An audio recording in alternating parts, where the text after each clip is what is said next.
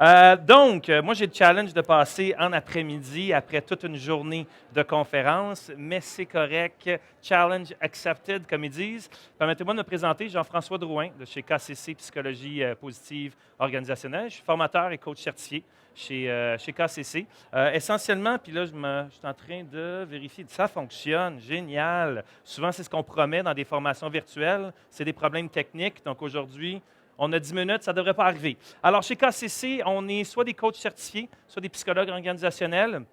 On donne 26 formations qui touchent toutes sur l'être humain. Donc, aujourd'hui, vous allez avoir un petit échantillon d'une de nos formations. Donc, un 10 minutes sur un 3 heures, si vous voulez. Vous en faites pas, je ne parlerai pas plus vite pour vous donner tout le contenu en 10 minutes. Là. J'ai focusé sur une couple de petits éléments de la formation ici. Donc, une formation qui vient de notre leadership inspirant, si vous voulez. Alors, en gros, je vous montre une image ici. Donc, les deux termes qui se retrouvent à l'écran. Dans le pire des cas, aujourd'hui, ce que ça va faire, c'est que ça va faire que dans votre prochain 5 à 7, vous allez être capable de plugger un nouveau mot. Okay? Donc, il y a deux mots ici, un qui est plus connu que l'autre. Le deuxième, levez la main si vous savez exactement ce que c'est. Followership, non? La main à moitié comme ça, si vous avez une petite idée de ce que c'est. Ouais. Une petite main un petit peu gênée ou quoi que ce soit, non? Donc, c'est un terme qui n'est pas vraiment connu, le followership ici. Alors, je vais vous expliquer un petit peu c'est quoi la différence entre les deux, si vous voulez. Donc, le leadership, depuis les années 70, si on regarde en termes de livres qui ont été écrits, le leadership est arrivé au deuxième rang en termes de livres qui ont été écrits. Au premier rang, on avait les livres de recettes. Donc, comme quoi, plus notre estomac qui mène le monde que nos leaders. Donc, ça, on pourra en discuter une autre. Si vous voulez en discuter un petit peu plus en détail, ça, c'est le booth, j'essaie de penser, c'est quoi, booth 910, non? Quelque chose comme ça. Donc, le leadership, depuis les années 70, ça a été le sujet d'ordre pendant bien des années. Maintenant, qu'est-ce qui s'est passé? Dans les 10 dernières années, il y a un nouveau terme qui a fait son apparition. Comme diraient mes enfants, clin d'œil, clin d'œil. Le followership. Donc, qu'est-ce qui s'est passé pour faire en sorte que ce terme-là apparaisse? Donc, il y a deux choses qui se sont passées il y a environ une dizaine d'années. Dans un premier temps, un petit peu comme le marché immobilier en ce moment, qui est devenu un marché d'acheteurs et non de vendeurs, bien, la même chose, il y a eu comme un power switch qui s'est fait dans le domaine du leadership, et donc c'est devenu un marché d'employés et non d'employeurs. Avant, la question qui se posait, c'était quoi? C'est pourquoi je t'embaucherais? Les leaders avaient l'embarras du choix, ils avaient tout ce qu'ils voulaient devant eux, ils pouvaient choisir entre le candidat A, B, C, etc., ils posaient plein de questions, ils s'assuraient qu'il y avait le bon. Maintenant, c'est complètement le contraire, il y a eu le switch. Donc, essentiellement, qu'est-ce qui se passe? Maintenant, la question, c'est l'employeur qui la pose et qui dit « Pourquoi je devrais venir travailler pour vous? » Essentiellement. Donc, je ne sais pas s'il y en a certains ici qui l'ont vécu, ça, mais disons que dans les 10 dernières années, ça s'est vraiment accéléré pour, dans la dernière année, arriver à essentiellement vraiment le contraire de ce que c'était avant. Maintenant, c'est rendu que tu passes devant une vitrine Nike puis tu dis « Wow, ce serait le fun de travailler là », puis tu as un appel. Automatiquement, d'un coup, ton cellulaire, il sonne. C'est ça. Eh oui, tu as entendu. C'est essentiellement ça qui se passe présentement. Et donc, ça, c'est la première des choses. Donc, il y a vraiment eu un transfert comme ça qui est arrivé, puis essentiellement, c'est là qu'a commencé la guerre des talents. Parce que dans certains domaines, il a commencé à manquer du monde. Dans le domaine des technologies, il manquait des maçons, etc., etc. Donc, ça, c'est la première chose qui s'est passée, qui a amené l'apparence de ce terme-là, le followership. La deuxième chose qui s'est passée, c'est l'arrivée des nouvelles générations sur le marché.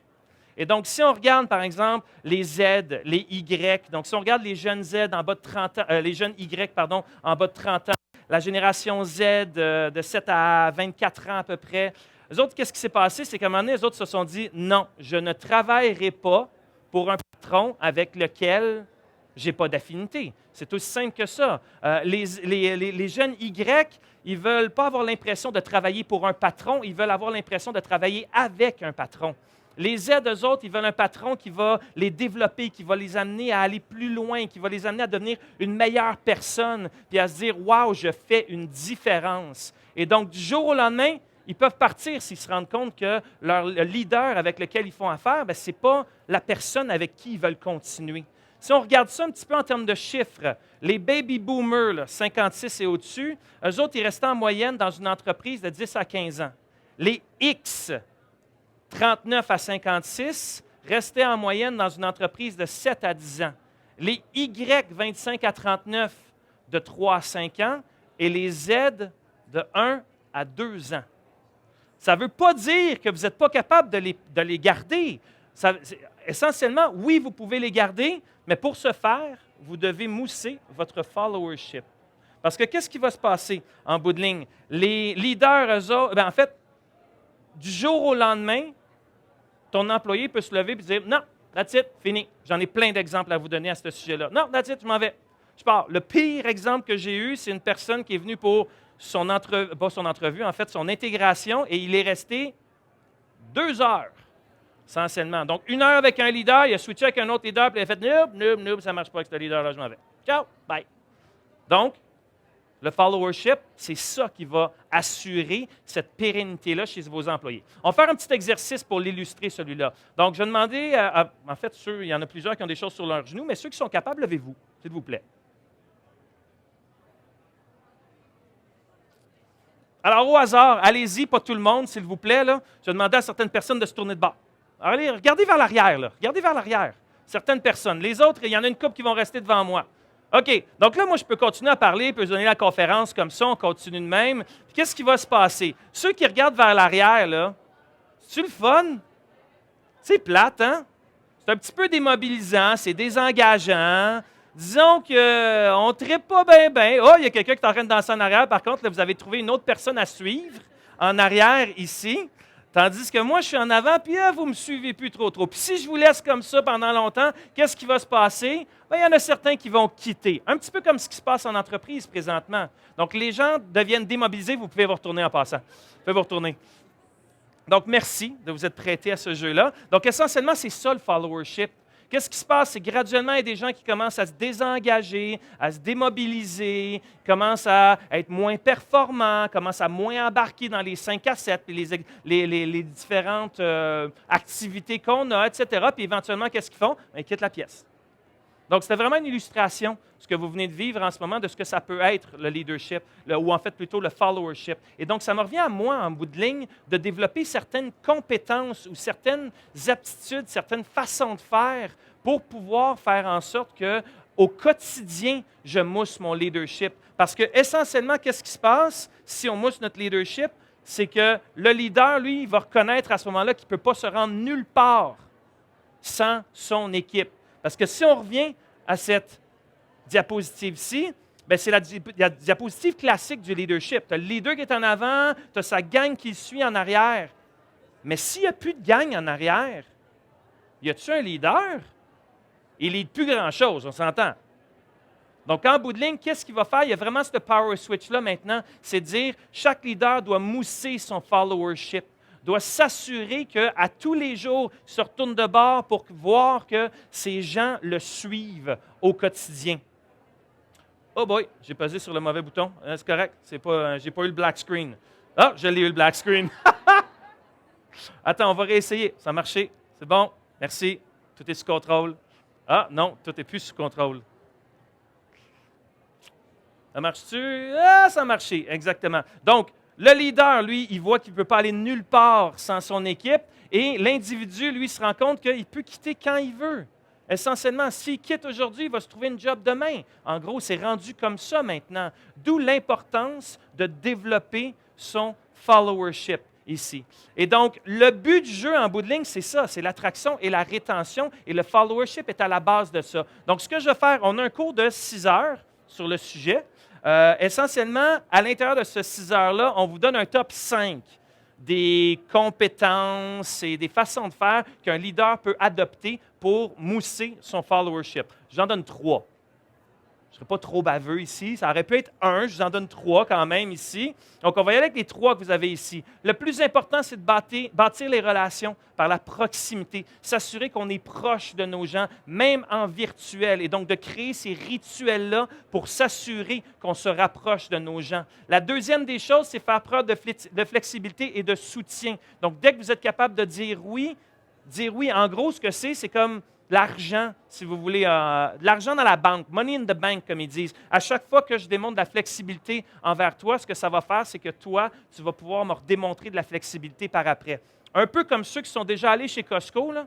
quand ils te font goûter quelque chose chez Costco, qu'est-ce qui arrive? Souvent, là, je vais me mimer moi-même, puis je suis sûr qu'il y en a certains qui vont se reconnaître ici. Tu goûtes ça, puis tu dis, puis la personne a dit, oui, 36,95 présentement pour 2 paquets. Ils sont dans la rangée 13, mais vous en avez ici aussi. Ah oui, vraiment, oh, génial, merci, merci beaucoup. Puis là, je les prends, je les mets dans mon panier, et 2 rangées plus loin, qu'est-ce que je fais? Je les mets de côté, je les sors de mon panier. Normal. Pourquoi? Parce que j'ai ce petit billet-là de réciprocité, là, je me sens comme redevable à la personne. C'est la même chose. Dès que vous faites preuve de flexibilité, la personne va se sentir redevable envers vous. Donc, ce qu'on voit souvent en ce moment, ce qu'on a discuté, il y a beaucoup de personnes qui ont cet enjeu-là présentement, télétravail. C'est quoi notre politique de télétravail? Si on est trop rigide, qu'est-ce qui va se faire? Bien, on va arrêter d'attirer les gens, surtout les jeunes, puis en plus de ça, les gens vont quitter notre entreprise. Parce que les gens demandent cette flexibilité-là maintenant. Dernière chose, coaching et feedback. Je vous l'ai dit tantôt, je parlais des aides un petit peu. Les aides veulent se développer, veulent sentir qu'ils vont plus loin et tout ça. Donc, ils veulent du coaching et du feedback en continu. Je veux me développer, je veux aller plus loin. Même si je reste ici 1 an ou 2 ans, si je me développe, essentiellement, ça va être comme des années-chiens en termes de ce que j'apporte à votre entreprise. Parce que allumés, tellement sharp, tellement d'énergie, donc peuvent apporter quelque chose à leur entreprise dès la première semaine. Et donc, si vous développez et que vous travaillez sur ces 3 comportements-là, c'est certain que vous allez développer au fur et à mesure votre followership. Parce qu'en bout de ligne, que vous soyez d'accord ou non avec les autres générations qui vous entourent, que ce soit des générations plus jeunes ou plus vieilles, si vous voulez gagner la guerre des talents, bien, vous allez devoir vous adapter à eux et répondre à leurs besoins. Parce que tantôt, je parlais des générations les plus jeunes, mais les générations les plus jeunes ont teinté les générations les plus vieilles. Essentiellement, quand tout d'un coup, les Y sont arrivés et ils ont dit « Non, moi, à 6 heures, j'ai ma game de volleyball, je ne peux pas rester petit peu plus tard. Par contre, je vais me reloguer à 10 heures ce soir ou à 11 heures ce soir. » Puis là, d'un coup, le X ou le boomer qui a vu ça, puis il a fait comme « Hey, moi aussi, j'aimerais ça dire non. Ça fait longtemps que j'essaye de dire non, mais j'ose pas. Ben moi aussi, je vais commencer à dire non. » Et donc, toutes ces demandes-là qui sont venues des plus jeunes générations ont commencé à teinter les plus vieilles générations. Et c'est là où on se doit maintenant de s'adapter à eux. Si vous avez des questions, des commentaires, n'importe quoi, n'hésitez pas, Booth 910, sans ça, merci beaucoup pour votre attention.